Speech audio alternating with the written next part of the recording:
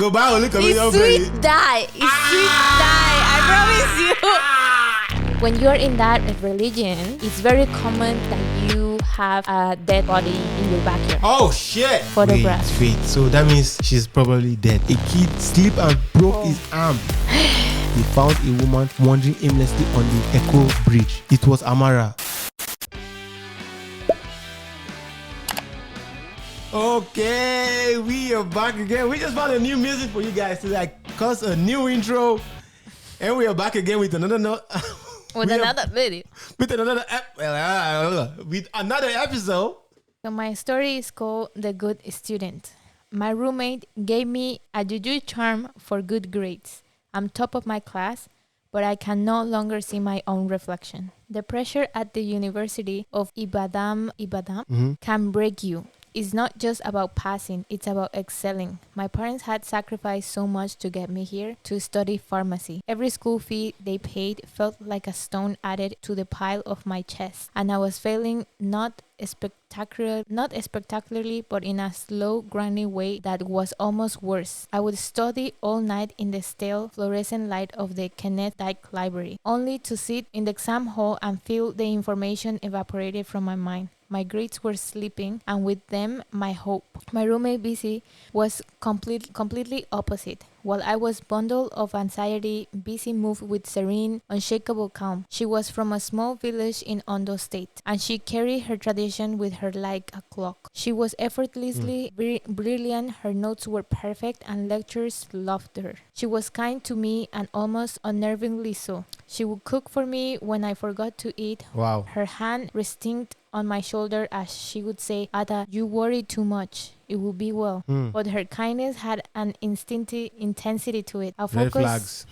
A focus that sometimes made the hairs of my arms stand up. Damn. The day I got my results of my organic chemistry midterm, I broke. I would score 38, a clear, undeniable F. Jesus. I sat on my bed in our small room in Queen Idia Hall and just sobbed. The failure a bit taste in my mouth. Busy came and sat next to me, not saying anything for a long time.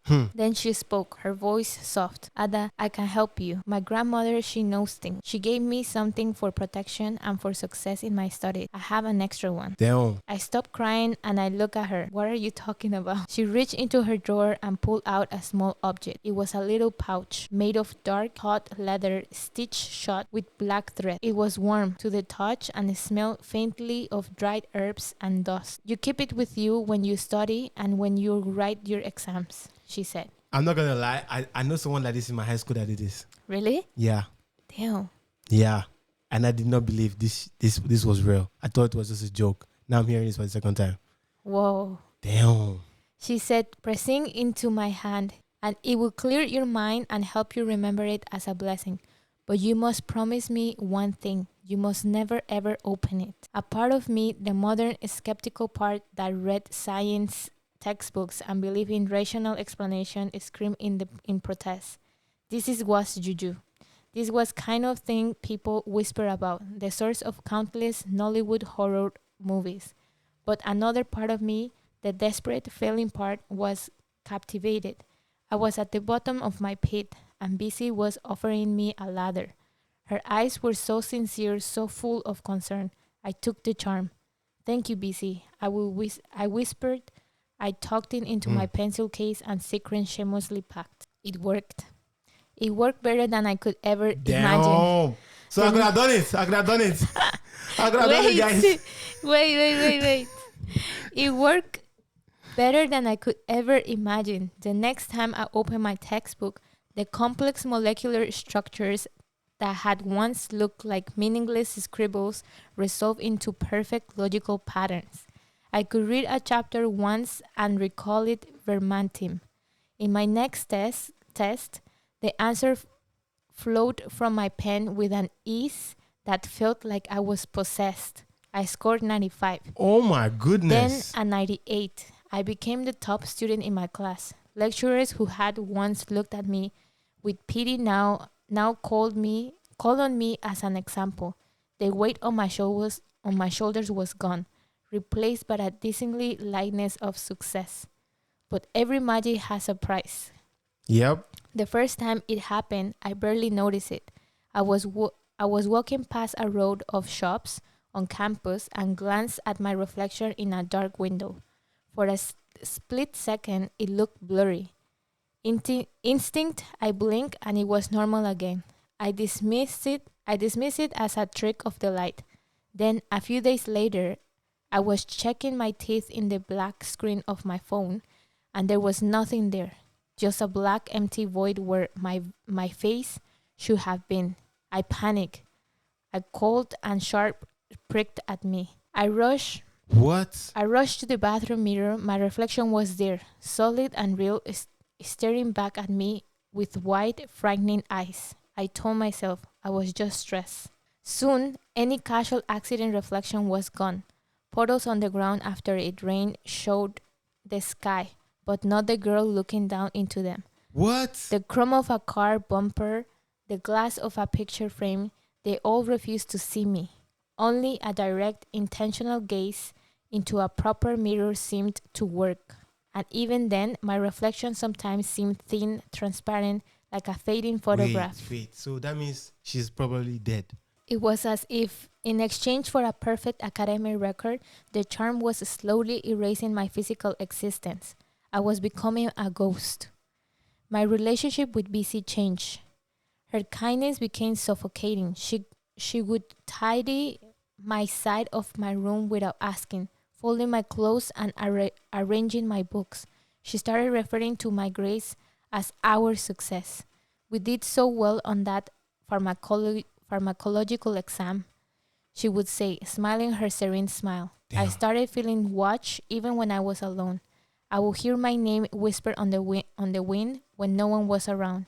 I was becoming paranoid, jumpy, a shadow of my former self, even as my name was being celebrated by the faculty. I tried to talk to my friend Chiamaka about it. I told her I felt like I was losing my mind, that I couldn't see my reflection anymore. She just laughed. Ada, you're probably just exhausted, she said, echoing the words my That's the own. person that gave the juju the something to her. The No, juju. BC. BC. BC is the one that Damn. Chamaka just laughed about it, right? She didn't tell BC. That's Ada, crazy. you're probably just exhausted, echoing the words my own mother had used when I would call her. You're studying too hard. You're just going through a lot. Her dismissal was worse than any argument. It locked me inside my own head, along with my terror. Was I having psychotic break? Was the pressure finally shattering my sanity? Or was the little leather pouch in my back actively unmaking me? The ambiguity was its own form of torture. Last night, I reached my breaking point. I was washing my face, staring into the bathroom mirror, for a full 10 seconds. Then there was nothing there, just the tile wall behind me. I screamed, a raw rack sound. When my reflection finally flickered back into existence, its eyes were filled with a terror that was not my own. Damn. That was it. I had to know. I had to break my promise. I waited until BC had gone to an evening lecture. My hands were shaking so badly I could barely hold the small blade from my geometric set. I pulled the leather pouch from my bag. It felt cold now, heavy with a malevolent energy. I slid through the thick black thread. The pouch fell open on my desk. Damn, why did you do that? Why did she open it? She could have talked to BC first. There were no herbs inside, no special stones or carved bits of wood. There was only a single small photograph folded into a tight square. It was a picture of me, asleep in my bed, my mouth slightly open. I had no memory of it being taken. Wrapped tightly around the photo was a single long strand of BC's black hair, What? binding it like a chain, and pushed directly through the photo, pierced my sleeping eyes, was a tiny razor sharp shard of broken mirror. I stared at it in my mind. No, I stared at it, my mind a complete silent blank. The whispers I would be hearing were suddenly clear. A single voice in my head, BC's voice, humming a quiet, happy tone. The blessing wasn't for me, it was a symphony. a parasitic spell. It was taking my reflection, my identity, my very self, and feeding my success back to her. I heard a key into the lock of our room door. Busy was back early. I'm still sitting there, staring at the discreet photo of myself, the mirror hard winking in the lamplights. The door is opening. Wait, I don't have it complete? Bro, it's not complete. How do you know? Because that's it. That's it. What?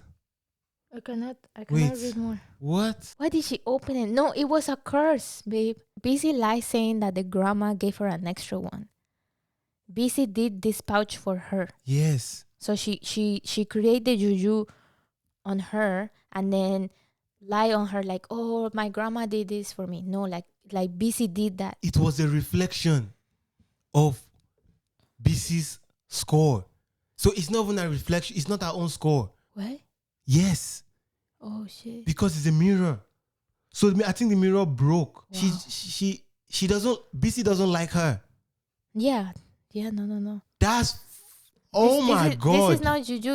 It's almost like a curse. It's a curse. Yeah, it's almost like a curse. Wait. Let's find that story. Hold on. Hey, guys, hold up. That story, we need to finish it. Wait. Okay. We cannot find the story. We tried. This story is intriguing. I want to know more. But let's just talk about it for 1 second. So the girl did not give her anything to help her pass her exams. Yeah, so your theory is that the scores were not real. Like it was just a reflection. Yeah, it was a reflection. Because she said something about reflection of someone. It was a reflection of BC thinking that she passed, but she didn't pass. Yeah, I mean, BC was talking about the grades and everything in plural. Like, oh, we did it. Oh, we did this. Yeah, right? we did it. So it's a reflection of BC that she's seen. So basically, it is not her. It's not her. That is crazy. Damn. But she knew. Who knew? Like she knew it was juju. She knew, but but it was not for her to pass. So BC lied. Yeah, BC And lied. BC said, don't open it. Yeah, of course, yeah. But she knew that it was juju by taking that pouch. Yeah. She knew. Damn, that's crazy. That's a crazy story. She just didn't think that what was going to be the payback, basically. No, that's what I'm saying. I don't think the juju was for her to pass. It was a reflection of BC. So BC wants all the reflection on her. So it wasn't real. The juju to her to pass was not real. She wasn't passing. She was still failing. She was only seeing the reflection of BC. Because she was saying she was hearing some voices of BC in her head, right? Yeah. So that means it was BC that she was turned to BC basically. I stared at it, my mind a complete silent blank. The whispers I would be hearing were suddenly clear. A single voice in my head, BC's voice, humming a quiet, happy tune. The blessings wasn't for me. It was a siphon. Saffron. Let me see. The blessings was siphon. Okay, let's see what word is that. Like it was a joke. So it's basically like a convoy. A what? It was a convoy. It's a draw off or empty. It's like a convoy of not her. It's like basically BC want the power to feel more special, but she doesn't want her to feel that special. But it was BC that was feeling that way. It wasn't her. So she was still failing regardless. So but she doesn't know that she was failing. Yeah, the blessings wasn't for me at all. Parasite spell stealing my reflection, my identity, my very self, and feeding my success back to her. Yes. So basically BC was using her. Wow. Bro, that is yo, man. Yo. All I can say is be careful, man. You be careful. Gotta be careful. This one is sad that we cannot actually go through this. End it. Yeah. The Cursed franchise. My dream was to own a Scoop and Giggles. Let's call that, okay? Scoop and Giggles ice cream parlor. It was this retro theme chain that was super popular in my state. I swear I saved up for years, got a small business loan, and bought a franchise in a nice suburban town. The corporate training was really intense. They had all these strange rules. For instance, we had to throw away any ice cream dropped on the floor in a specific disposable bucket, which was picked up by a special truck every week. Huh? Yeah. What the heck? That's Do they a red reuse flag. it? Hey, I don't know. It's a red flag. That's all I can say is a red flag, okay? It's a red flag, which was picked up by a special truck every week. Damn, that's crazy. Maybe they feed it to homeless people, I guess. Every week. We were never allowed to just mop it. Oh, damn. Mop it up. Also, the mascot, a creepy looking clown named Giggles, had to have a fresh red balloon tied to its statue outside every single morning without fail. I figured it was just quickle branding. My first few months were great. The place was always packed, but then things got weird. Employees would quit without notice, claiming they had whispers coming from the stockroom freezer. God damn. I would quit too. Bro, I would quit too. Sometimes late at night, I would swear I could hear faint circus music from the drains. I tried to ignore it. The breaking point was when I forgot the red balloon one morning. I was running late. It completely slipped my mind. That day, everything went wrong. The freezer failed, spoiling thousands of dollars worth of ice cream. A kid slipped and broke his arm. The health inspector showed up for a surprise visit and found a series of blizzard violations we would never had before. It was totally disaster. God damn. Just because he forgot the balloon. The balloon. What kind of business is that? Damn. That's like blood money kind of business. This sounds like it. Yeah, it sounds like it, yeah.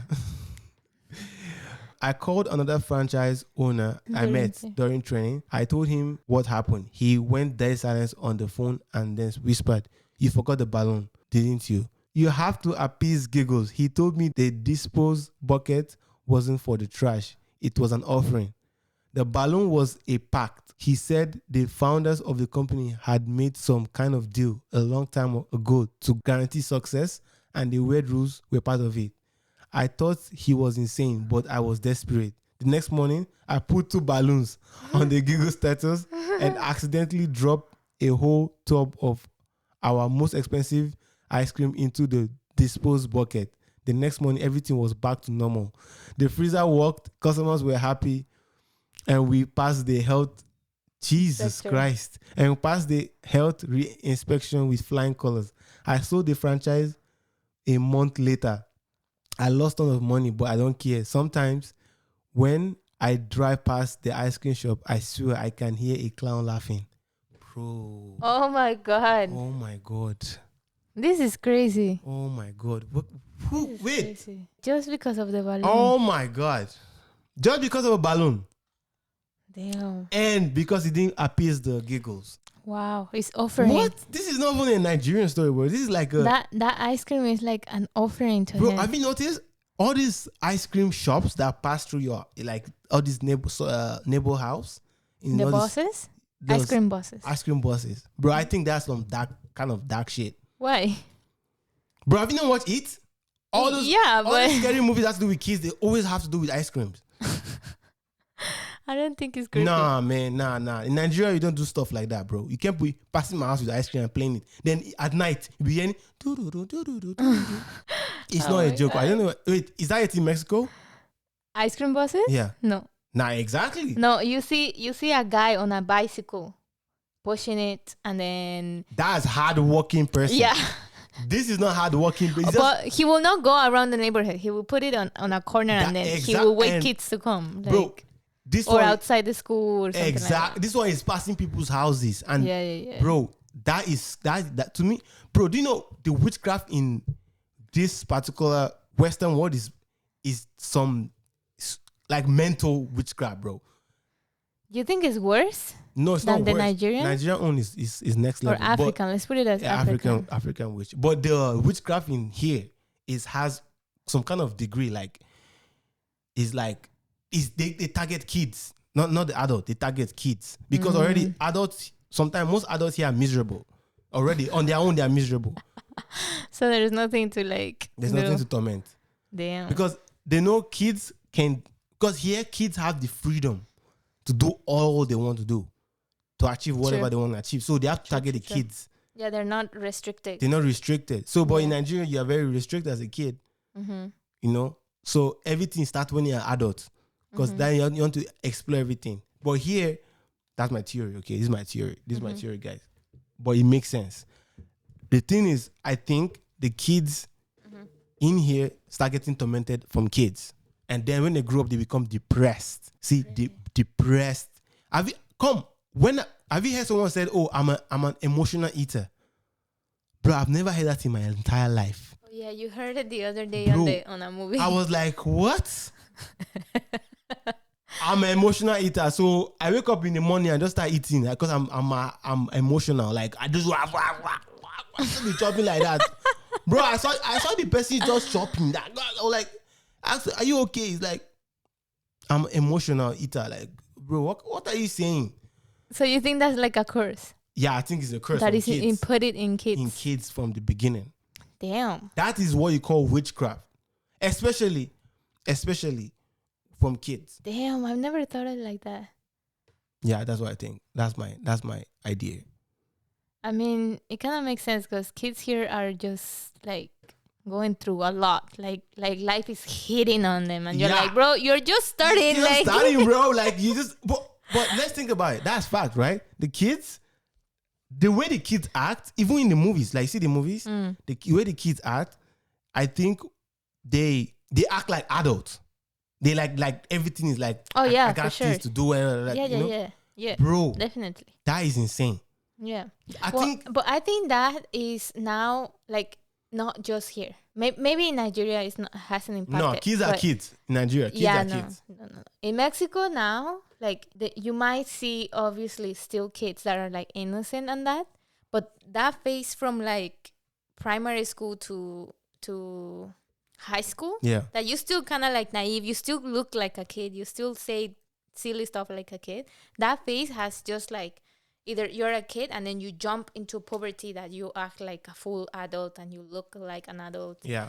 And you talk like and say, refer to stuff that is like, I think that has impacted like not just here. Like the influence on the phones and all of that. Yeah. Okay. So, but but kids are still kids in Mexico, not as here. I cannot say anything because I haven't. So that means you're saying that it's not safe to raise kids in Mexico. No, I think they're still kids.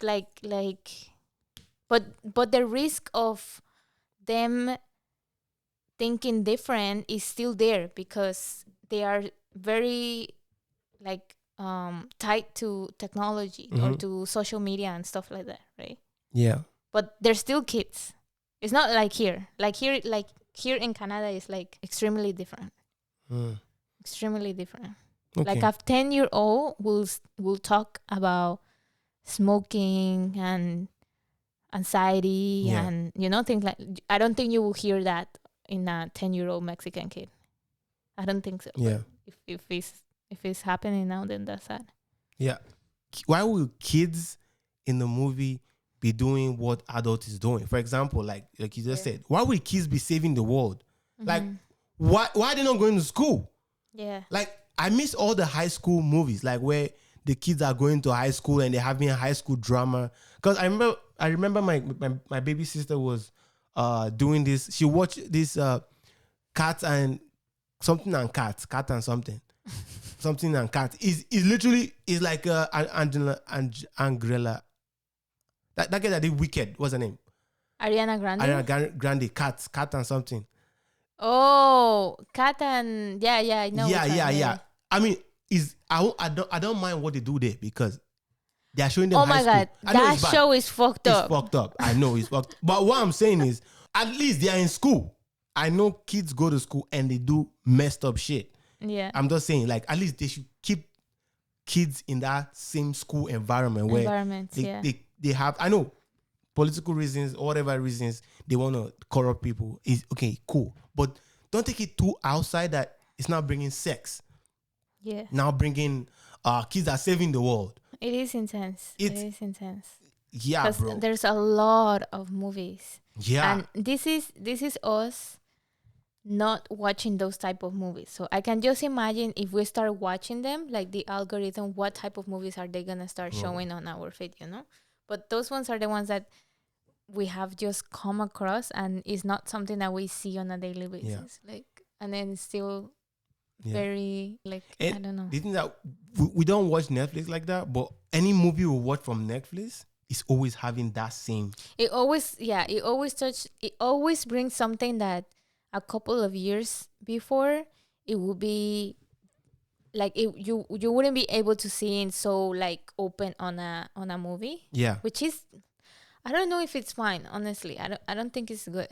I don't think it's good. I don't think it's good. It doesn't help the story, like the storyline whatsoever, but they put it on your face. Like, look, you know? It's like, okay, like, and what about that? Like, does that relate to the story? No, Exactly. it doesn't. So it doesn't. Can we not highlight it? Yeah. Especially that one where the girl was just chilling and all of a sudden the sister came. Oh, are you hitting on my sister?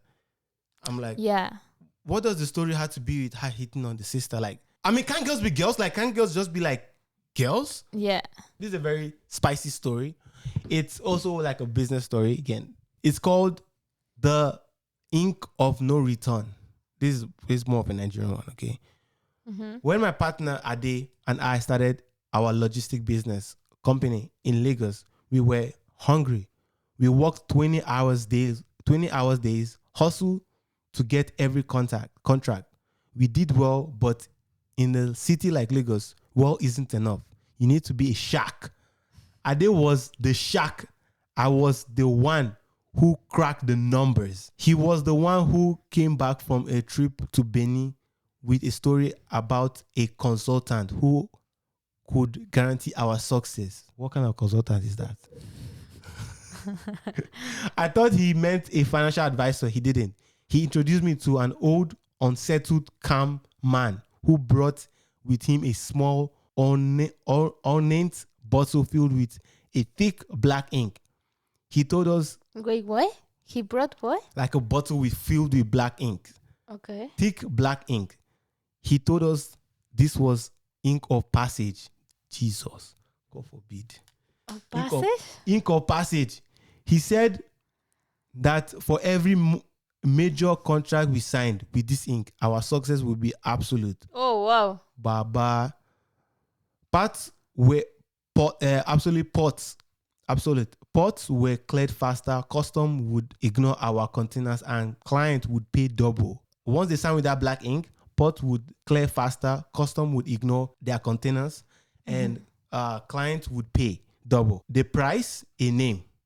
So the price is a name. He explained each time we sign, an unknown person somewhere in the city will lose their name, will lose their own name. What? Wait, What? Read again. He explained that each time we sign, an unknown person somewhere in the city would lose their own name. Not just forget it, their entire identity, their history, their connection to their family, and would be wiped clean.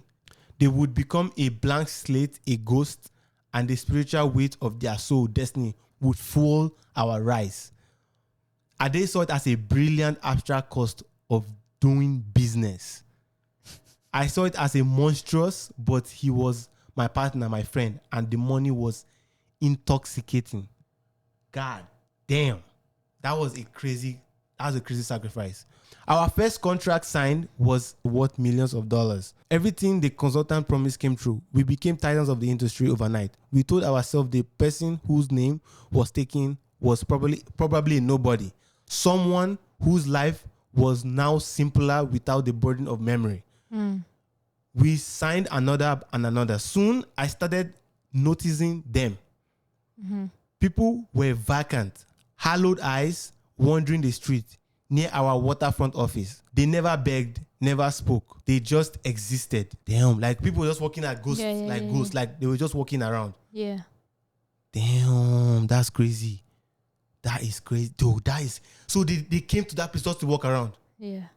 That is crazy. No, not to walk out. Like they were just lost. They were just lost. Like there were no memory, nothing. Yeah. They never begged, never spoke. They just existed.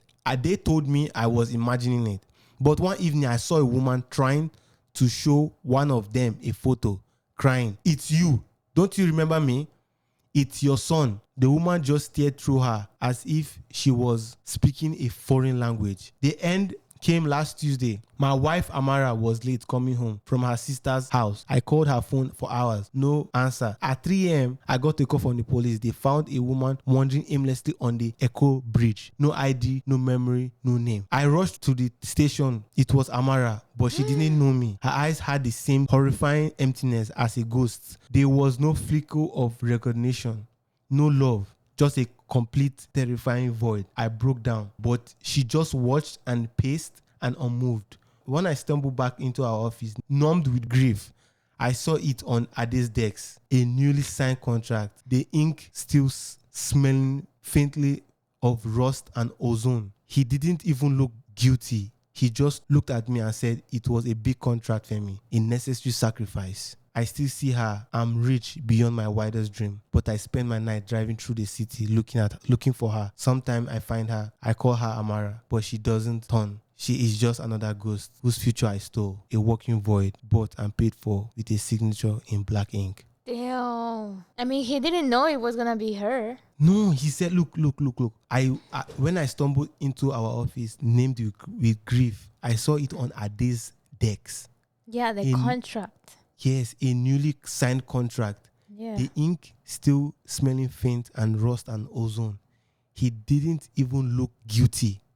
He just looked at me and said it was a big contract for me, a necessary sacrifice. So he put is his wife's name or what?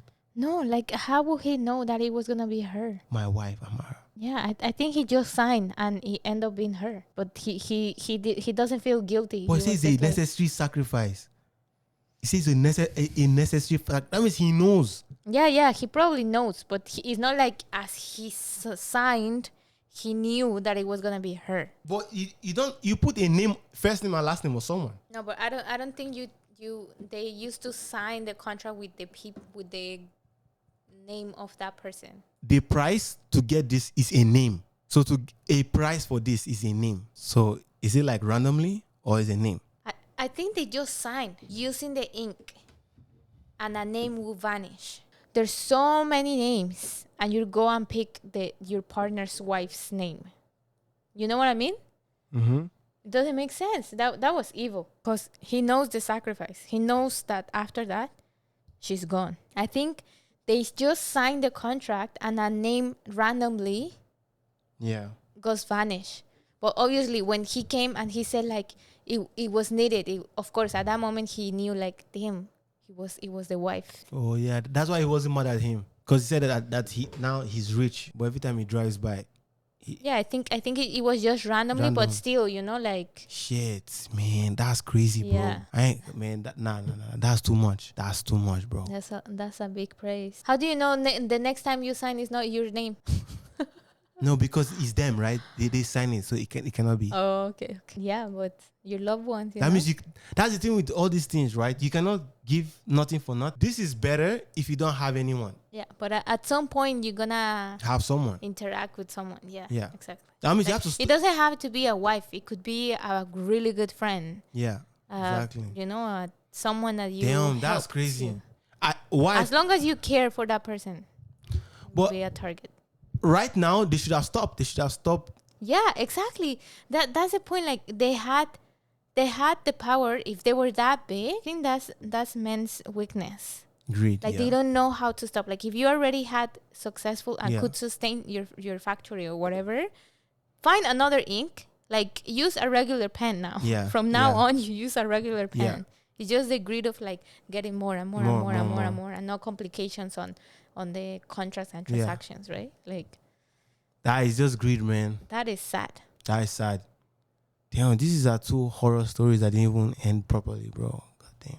Yep. I'm still shocked how common juju is in Nigeria. I mean, have you watched all the old movies? Those old Nigerian juju movies? Yeah, you need to watch them. But it's very normal. Like back home, I was never. Were you ever close? To what? To someone that had experienced juju? Oh shit! Yeah. Exactly. That's what I'm saying. Like it's too common. Yeah. Like, in Mexico, I will hear about it. Well, I had someone that the juju was insane. But it's not like you will hear like, oh, this other person got juju. Oh, this other person. No, it's just like it's almost like a myth. Like You know it Yeah. exists. You know that you can get really close and you can actually get something out of it. Yeah. But it's when you're like looking for it. But is there like a consequence? I'm pretty sure. I'm not sure. The one that it was close to us, Yeah. and I say us, my family, is a religion. Okay. It's Santa Maria? no, it's Santeria. Santeria. Santeria, and it comes from I don't know where in Africa, but we know that it's from Africa. Yeah, and it's very intense. Yeah. Like you only pray to a specific fixtures. Yeah. And you do sacrifices. Yeah. And you have to like feed back Yeah. that little That fixture. thing, yeah. And all of that. Like we had a family friend that I think, well, we first started, it was kind of like a thing that you will hear around where I used to live. Yeah. And you will identify them by having a bracelet. Oh. That they had a bracelet with the colors green and yellow. Mm-hmm. So depending on the colors, you will, like if you're in the religion, you will identify what's their saint. Yeah. What, like who they are praying to. Basically. Yeah. But the most common one was the green and yellow. Oh. But there's other combinations. There's like, I don't know, like red and something, red and black, something like that. They will drink on those like drinks, like they will give confessions and all of that. Yeah. And then they will start sharing like, oh yeah, like we are santeros, and like, this is, we like, our success is basically because of it. What? So there's a thing in Mexico, right? Like as soon as you brag a lot of money, you're immediately a narco. Like that's the first thought. Yeah. Right? Yeah. I don't know. They started to get really close to the point that now, we knew that they were like that religion, whatever, to the point that there was one time my mom told me about it. When you're in that religion, it's very common that you have a dead body in your backyard. Oh, shit. Yeah. So the spirits of that, I don't know if who is it. If it's a stranger, I don't know. God damn. But that spirit is like connected to your roots or your saint, something. not to the saint that you pray for. Yeah. And that saint, you feed him. Like you feed him with food, and you also feed him like with things, that your top person that is guiding you asks you, like, oh, now we have to feed him. Like we have to give him like, I don't know, we have to kill a goat and a chicken, and like just ceremonies, like you have to feed that person, and the spirit is connected to that thing. And you have to keep doing that, otherwise a lot of things can start going wrong. But apparently that day, it did happen. The spirit, it was very common that the spirit got in the inside of the wife when she was not on her five senses, when she was drunk. Yeah. And the spirit would start talking and like saying like stuff, right? But that night, apparently, I think the husband already kind of like, oh, like we need to cut this off, blah, blah, blah. I think the son was there. So the son helped her to go upstairs to the bedroom. And then they cut the night, they left. Damn. Well, my mom said like, oh, that was like, I've never seen it. Damn. Yeah. Bro, that's crazy. That was like the closest thing that and someone told me, right? Like my mom told me, but so to that. You guys have something called Day of the Dead, whatever thing. Yeah. Is that not what happened? One of the dead spirits just flying over. No. No. I know this thing is very like for a lot of cultures, and for you specifically, it's like super dark, but it's not supposed to be dark. Damn, I don't know what you're saying. There's nothing dark, but honestly, the way that I explain it, there's no way I can explain it that it doesn't sound dark. It sounds dark to me, bro. You pray to the dead. I even found like a short explanation, so it's not from like me. Okay. So the Day of the Dead is a Mexican celebration held on November 1st and 2nd. They honor and remember loved ones who have passed away. It combines indigenous traditions and Catholic beliefs, viewing the death not as a something sad, but as a something natural part of life. Families believe that during these days, the spirits of the dead return to visit. People build altars, or called ofrendas, with photos, candles, flowers, especially marigolds, food, and favorite items of the deceased. They also visit cemeteries to clean graves, bring music, and share food. Symbols like sugar skull or la Catrina and pan de muerto is a special bread present joy, remembrance, and the connection between life and death. It's a time to celebrate, not to mourn, honoring life by keeping the memory of loved ones alive. So this explanation is there's nothing wrong. It's like your book, right? Like there's nothing wrong with dying. Like Yeah. we Okay. don't Yeah, okay. we don't see our people that pass away and then you go to the grave and just cry. No, that day specifically Celebration. is to remember all the good things about that person, Okay. all the good feelings that you experience with that person, Yeah. and we do the ofrendas and all of that, which also that's something that you guys is like what the fuck, but we put food Yeah. to our people. To feed them. Yeah. Wow. Not to feed them because like it's just spirits, right? They Yeah. do say that like if you put a whole meal, for example, and obviously the next day you cannot eat it, like it's just you should not touch it, but they do say that if you try to eat it, the flavor is gone. Like they actually Eat the flavor. yeah, something like that. I think we should try that. No, we should not. Why? No. For what? No. Let's see. No. Bro, my dad. So I mean, like this one, I'm not scared of trying it because my dad, when he was a kid, not kid, but when he was like grown. Yeah. So in my village, they used to throw coins Mm-hmm. and fruits to inside the ocean, inside the like water lake or something. Yeah. But like it's the big river. Yeah. I've seen it. Yeah. He will go. Him and his boys, his friends, who will swim in and pick up the coins. Yeah. Wait, what was the coins for? It's money. Like people will throw it for what? For to pray to a god or something. Oh. To pray to a god in my village, and my dad will go in and pick up the money. Oh, damn. Yeah, he picked up the money. He used that money, bro. Damn. Yeah. Yeah, no. This is just like you shouldn't eat it. Like you shouldn't eat it. No, to know if the flavor is still there or not. So we can prove to like, hey guys, the flavor is still good. I mean, like, you guys can eat the food. You know what I'm saying? So most likely, what I used to do, for example, we used to put bread or fruits on stuff like that. Usually, the fruits will turn like black or something like that, right? Like the next day. No, like normally you will leave a banana open or an apple open, for example, and eventually would get like Inside brown. to eat it, Yeah. No, but just one night. Just one night. Oh, just one night. Yeah, like the apple would turn brown, right? Or a banana would turn like brown too. Yeah. Sometimes what happens is like it doesn't turn brown. Mm-hmm. Or it just gets hard. That means the spirits took time before coming. No, what I'm saying is like there's other ways that you can realize if that is true or not. But the point is not to eat it. Okay, I'm not joking, but actually the book I was reading, right? Wait, before we move on. It did say, sorry, go ahead.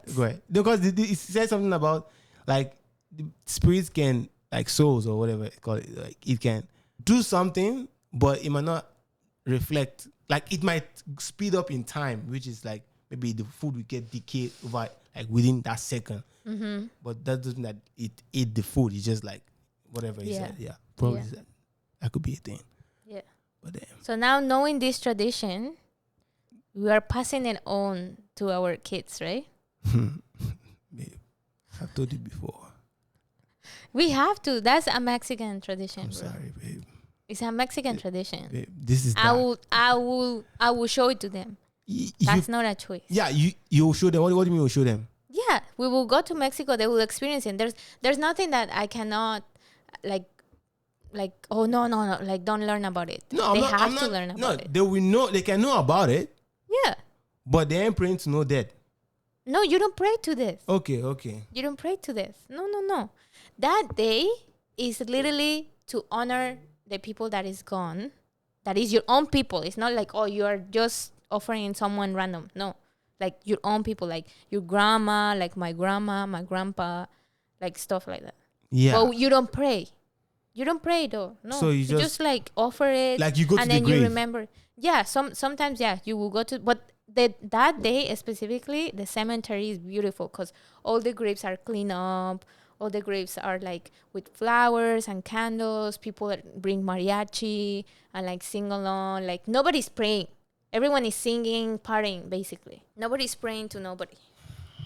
But I do believe there's some other Mexicans that do pray to the dead. But it's just I this think is not. I think This it is would be not a good for them to know about it when they are 18, when they are grown enough No. to be very strong. If they go to school to Mexico, there's no choice. They will learn it. Well, They literally even do like ceremonies, like in school. There will be no class because it's Day of the Dead. yeah, I'm still. You will have to I'm still experience it. yeah, I need to experience it because You as of have to right- experience it. as of right now, I know I have a very strong spirit, so I will know, I will be able to decide what I'm saying, right? You will have to experience it, and you will understand that there's nothing dark on it. Yeah. It will be interesting to explain this to mommy and daddy because they will Yeah. be like, "What?" As of right now, the Nigerians be hearing you like, he's a Nigerian man. He better not do that. Because they know I will like, babe, I'm sorry, man. You got to follow my lead at this one. Oh my god, it's a tradition though. Oh my god, it goes so dark, and we I still know. need to do the barbecue. I know, guys, the barbecue. Guys, anyway, I'm still deciding. All the Mexican people, if this is a tradition with all Latinos, Latinas, Mexicans. just Mexicans. Yes. Yeah, I do have a Yes, shirt Mexicans. has the Day of the Dead. They draw the lady. La Catrina. Oh damn, that even look like Santa Maria too. So Santa Maria is Holy Mary. okay, that Santa one you talked. No, La Catrina. La Catrina is. That Santa one you said. That Santa one. No, That's Santa. I'm not saying it. I'm not saying it. Yeah, so that exactly that girl on the shirt look like Santa. Something. No, I'm gonna show you the other one. You're gonna be like, oh damn, this doesn't look. Bro, she had like skulls on her face. I feel like that. It's I a don't- Catrina. I have no idea why they draw it like that. They could have drawn a beautiful girl with flowers on the head and like this girl is alive, but they give her a ghost face. I'm sorry to all Mexicans. Oh my God. I'm not saying it's a bad thing. I'm just saying it's scary. As a Nigerian person, that is scary. Bro, the first time you told me about Day of the Dead, like I look at you like, am I meant to be with you right now? What are you saying? Oh Like, my god, do you want to be worshiping what? You pray to the dead? Like what? Bro. bro! Whatever I just explained, you're not understanding. We're not praying to I know. death. Let me digest. I'm digesting this. You need to understand. I came from a very prayerful country. Like, we don't joke with anything called death. Like, when you say you're celebrating what? The dead is the dead. Forget about it. Like, there's nothing to think about it. Like, What about the new have you things seen- that have you you're seen learning? Have you seen someone go to the cemetery just to go? Bro, do you go to Nigeria? The cemetery is empty. Even the person that's cleaning the cemetery is not even cleaning it. He's probably outside looking at the cemetery. If night reach, the guy's not there. The guy they hear, we want. Probably what spirit is there, shaking his head and be like dancing up and down. Bro, forget about it. I can go and visit that Day of the Dead, November, whatever, first. Let's do it during the day because spirit does not move during the day. They move at night. They sleep We during the will day. go. You don't have to go to the cemetery to experience El Día de los Muertos, just so you know. So where do we go, church? Yeah, you can go to church too. Oh, wow. And this is how you could have started. Why will you be starting like we pray, we put temple inside somewhere and we pray to temple. Pray to You're dead, not everything. praying. I never say but you're praying to you say you will nothing. put temple. You will put temple. Bro, you are the one that explaining it scary. Altar. Whatever you say temple, you put a temple somewhere not a and you temple. bow to the temple or you see No. the temple. Or you gonna put it, you go to a cemetery and be putting this in cemetery. Bro, you can't be saying something. You have to start with like, okay, you can go to the church. You go to Yeah, the you church. can go. You go to the church, you can thank God for the dead. Like God has blessed. This is a beautiful spirit, and you know. Yes, that's what you would do. Yes, you will go to pray to church. But you are not praying. And if you're praying, you're praying to God. You're not praying to death. Exactly. Now you are making Bro, sense. I read this whole thing, and in no sentence it says that we're praying to the death. No, it's just the thing that you told me the first time you ever told me this thing, bro. That you scared the shit out of my pants. Oh my I'm not even joking. Okay, can you forget about that? Because it's not. Bro, I'm still processing that thing. Bro, I'm still processing Oh my it. God. Okay, but Anyway, our I'm kids are learning to gonna know unlearn about this. it. We have to pull out this version before to tell Bro, them. literally says, honor and remember loved ones who have passed away. It's an indigenous tradition and Catholic belief. Viewing the death is not something sad. Families believe that during these days, the spirits of the dead return to visit. It never says you're praying, you're like bowing down. Okay. Yeah. Anyway, I'm getting there. November 1st is coming. And we're going to do something about it. We're going to celebrate the Dia de los Muertos. And we're going to buy the bread that you're supposed to be eating in that season. Is it Holy Communion bread? Aha. Now there we go. First cup. Me now. I go buy Holy Communion It's bread. sweet dye. It's sweet dye. I promise you. If not be Holy Communion bread, I know they chop, I guess. Oh boy. Well, what if I eat the bread? What's when they tell me like, hey, Salma, how are you doing? How are you? Your grandmother, how are you doing? Oh my God. I came from the 27th century. Oh my God. You will not. You're mixing the stories. Oh, boy. Right now, you're mixing the Boy, stories. you don't confuse me. See, you can't be joking with stuff from the beginning. From the beginning, you have to talk the real story. The real story. I said the real story from the beginning. No, the beginning of the when you told me about this Day of the Dead. Bro, that day you fear me. That day you make me fear. What? You make me fear that day. What the Then heck? You have to watch Coco. No, the day We've been meaning to watch Coco so you understand. I want to make you understand my position. You tell me about the Day of the Dead. Bro, that day you fear me. You fear me. You make me fear. Bro, it's not even. Then now you should not fear because there's nothing to fear. I promise you. There's nothing to fear. This will be a Nigerian stories / Mexican traditions. And how are we going to be showing it to our kids? Yeah. We're working towards that. Yeah. We're working towards that. This is the process. Okay, but November 1st, I'm going to show you. I'll watch you. I'm going to show. We should actually fly to Mexico so you can experience it on November 1st. October, November. Okay. November is not far. That'll be a good mini vlog for you guys and for our future kids to know what their parent is doing. And one wants to go and see Day of the Dead. Dia de los Muertos. Whatever it's called. That's what she told me. Say it. Huh? Say it. Say it. Dia de los muertos. Muertos. Dia les muertos. Dia de los muertos. Dia de los muertos. Puta madre. Okay, we're getting there. Okay, guys. Thank you so much for this wonderful time. See you on the next one. See you on the next one. This was fun. We had a very good stories. And we will see you on the next one. Don't forget to like and subscribe. And comment. Whatever you have interest. Well, and you also, have stories. Yeah, if you have more stories, give us a... Send it through our email. There's going to be an email on the description. There's going to be an email in the description. And have a good day. And God bless you. Peace.